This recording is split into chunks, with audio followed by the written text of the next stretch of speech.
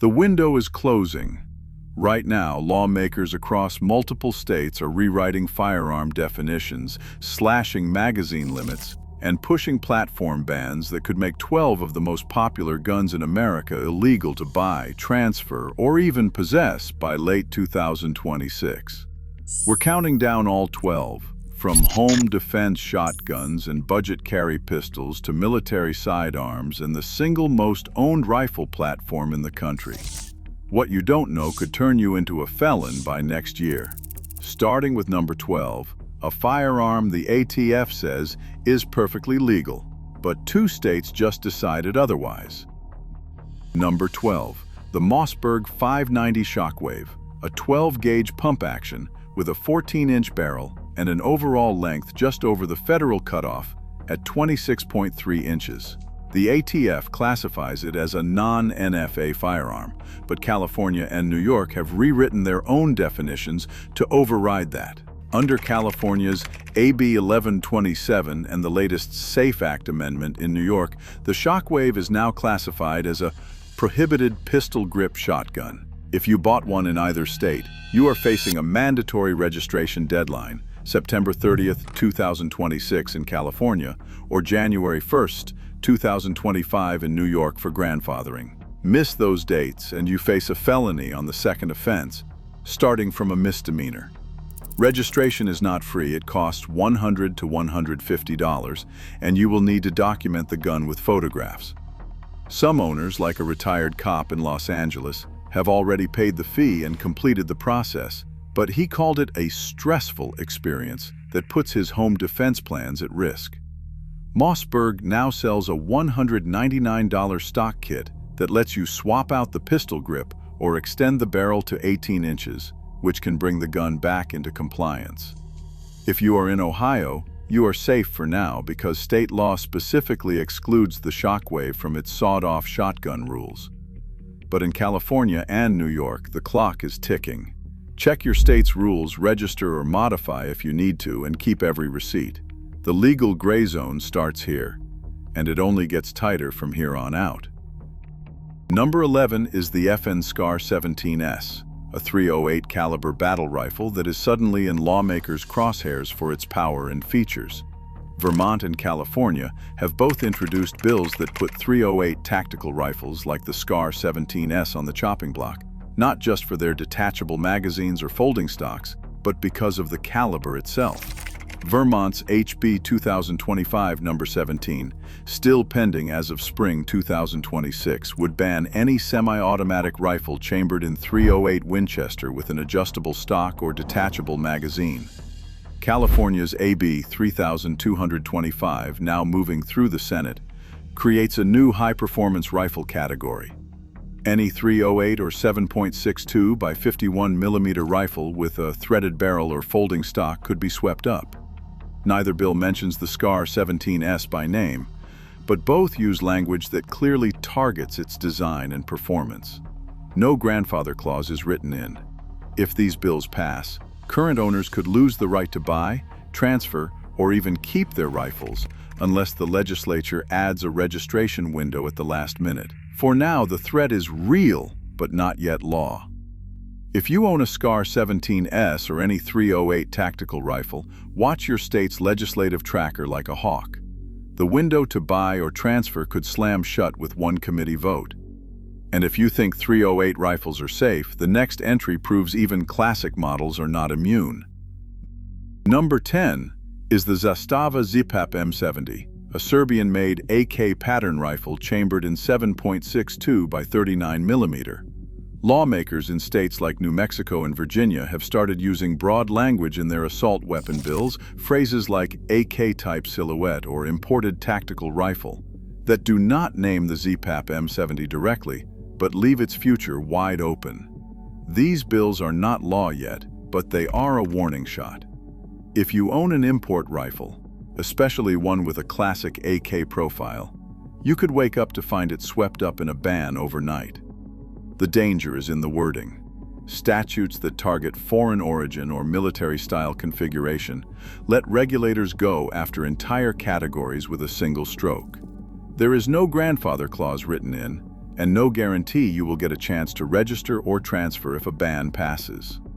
For current owners, keeping proof of purchase and import documents is critical. If a law hits, you will need to show exactly when and where you bought your rifle, or risk losing it with zero recourse. The bottom line, the legal ground under AK imports is shifting fast. Do not assume your rifle is safe just because it is not named in the bill. And if you think imported rifles are in the clear, the next entry shows even classic American sidearms are not immune.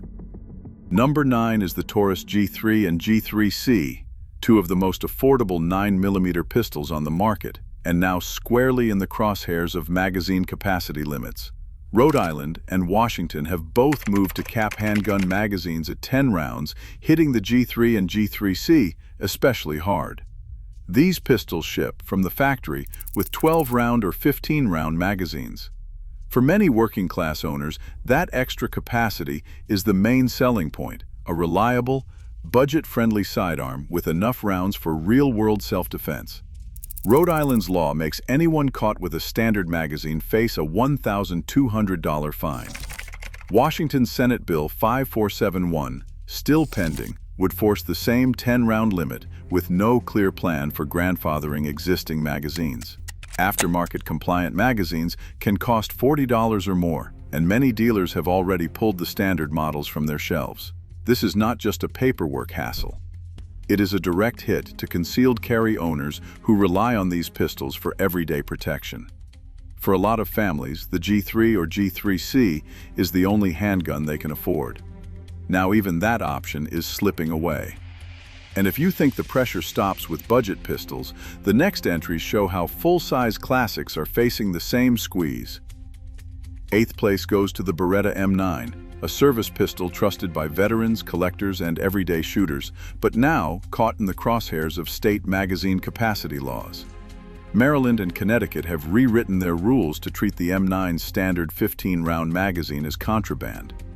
In Maryland, the statute reclassifies any pistol with a detachable magazine over 10 rounds as a large capacity pistol.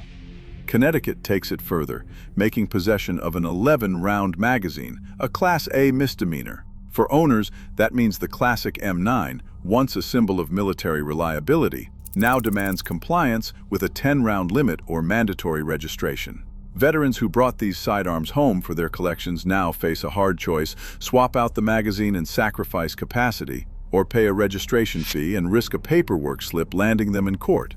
Maryland offers a registration path, but only if you act before the deadline. Connecticut's penalties are steeper, with no leeway for late compliance. The message is clear: even legacy sidearms are not safe from the new wave of capacity caps.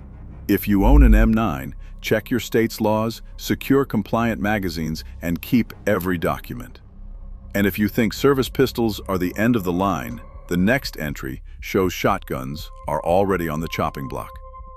Number 7 is the Mossberg 930 SPX, a semi-automatic shotgun built for home defense, but now squarely in the sights of Rhode Island's new capacity and feature bans. The problem starts with the factory tube, 6 rounds, won over the state's new 5-round cap for semi-automatic shotguns. That means if you live in Rhode Island, owning the 930 SPX in its stock configuration puts you at immediate risk. The law does not just stop at capacity. It goes after pistol grips, rails, and other so-called tactical features. If your SPX has a pistol grip or any accessory the state deems military style, you are facing mandatory registration, a magazine plug, or outright modification to stay legal.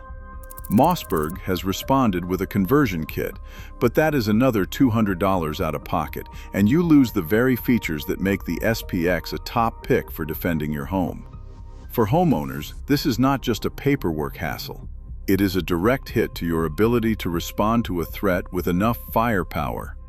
The window to buy, transfer, or even keep a 930 SPX in original form is closing fast. And if you think shotguns are safe, just wait until you see how states are stacking even more restrictions on rifles coming up next. Number 6 is the Daniel Defense DD-M4, a high-end AR-style rifle that has become ground zero for a new wave of feature-based bans. Colorado and Massachusetts have both passed laws that do not have to name the DDM-4 directly.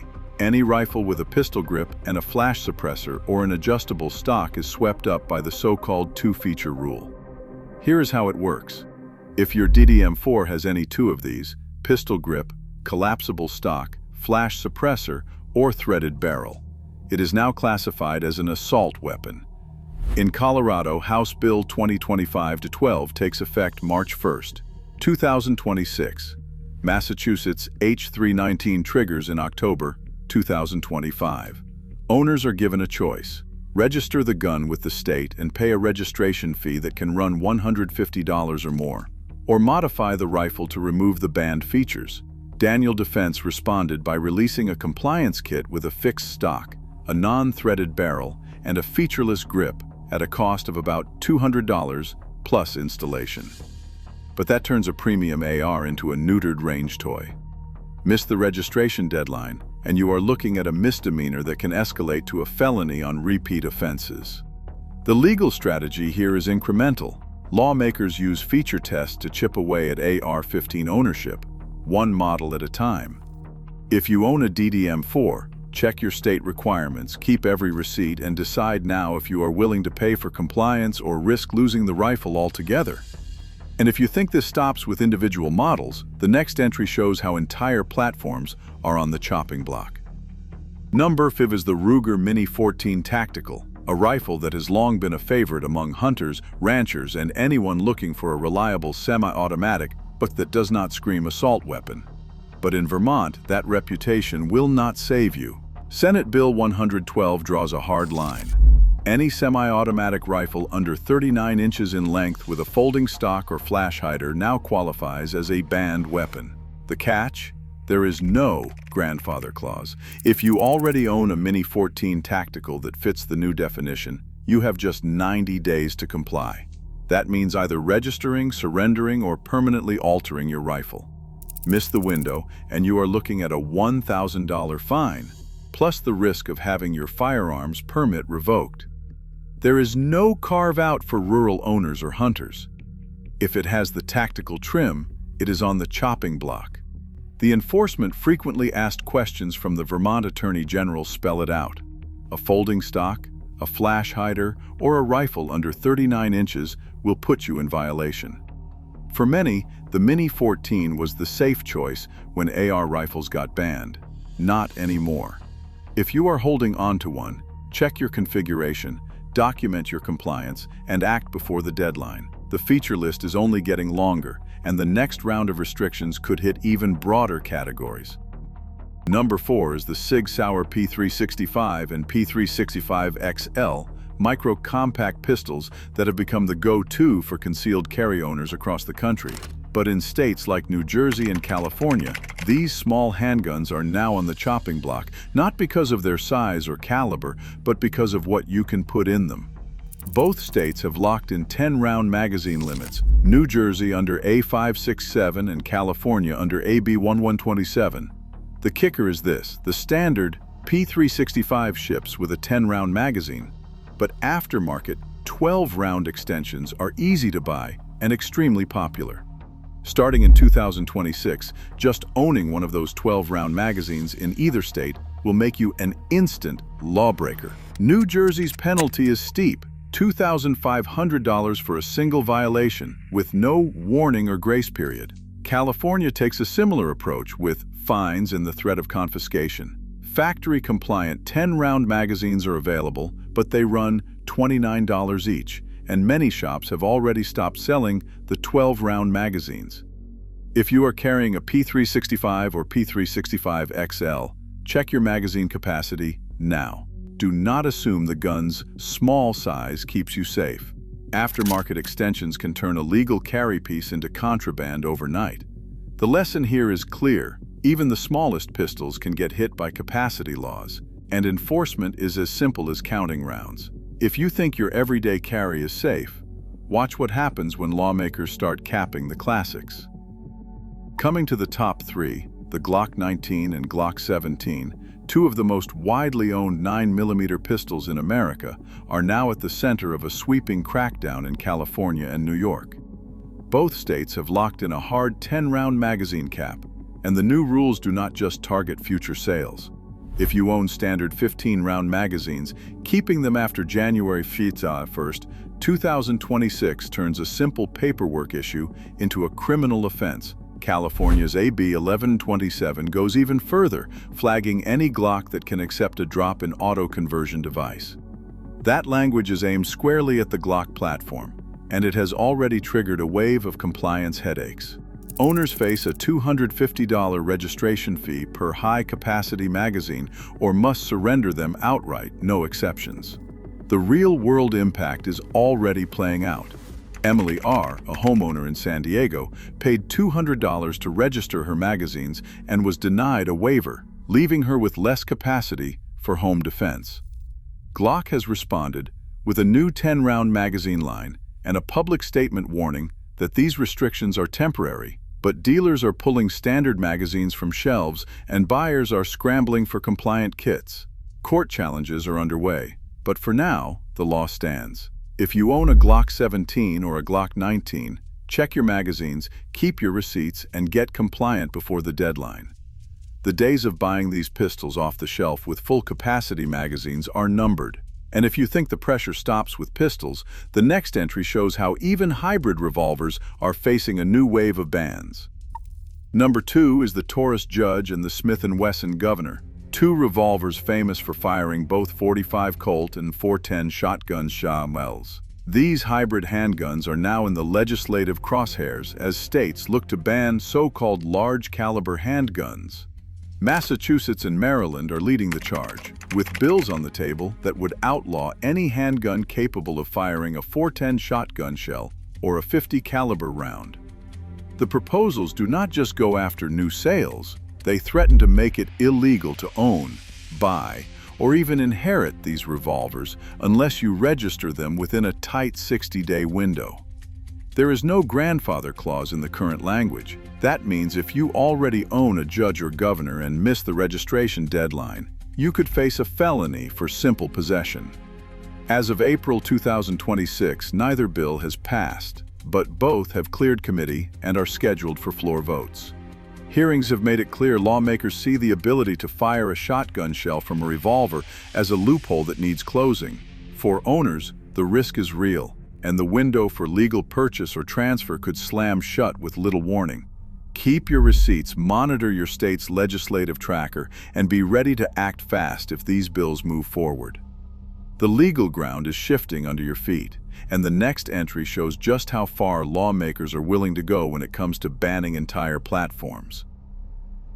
The AR-15 platform now faces the most sweeping crackdown in American gun law. 7 states, California, New York, Maryland, Connecticut, Colorado, Massachusetts, and Washington, have moved beyond feature lists to sweeping definitions, targeting nearly every AR-15 regardless of brand or setup. These laws use a 2-feature test. If a semi-automatic rifle has a detachable magazine and any 2 features, like a pistol grip, a collapsible stock, or a flash suppressor, it is classified as an assault weapon. Owners must register, modify, or surrender their rifles under strict deadlines. Connecticut's cutoff is June 30th, 2026. California's is September 30th, 2026. Maryland and Massachusetts require compliance as early as July 2025 and October 2025. Failure to act by these dates can mean felony charges. In Connecticut, registration demands proof of purchase, photographs, and serial numbers. Some states offer no grace period. Non-compliance leads straight to prosecution or forced surrender. Manufacturers now sell compliant AR-15s stripped of banned features. Owners spend hundreds of dollars on parts swaps, sometimes just to keep a rifle legal. One Washington resident paid $200 to replace a pistol grip with a fixed stock, narrowly avoiding confiscation. Legal battles are ongoing: Smith versus California Department of Justice and Doe versus Maryland. But courts have so far upheld the registration deadlines.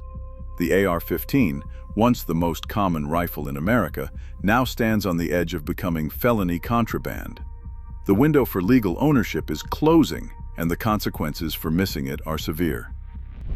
Across all 12 firearms, one pattern stands out. Lawmakers are shifting from targeting rare or exotic weapons to mainstream, widely owned guns. The legal ground is changing fast, with definitions and restrictions rewriting what is allowed overnight. For gun owners, this is not theory. It is the new reality. Stay informed, know your state's laws, and do not assume yesterday's rights will hold tomorrow. If you value your options, ACT before they are gone.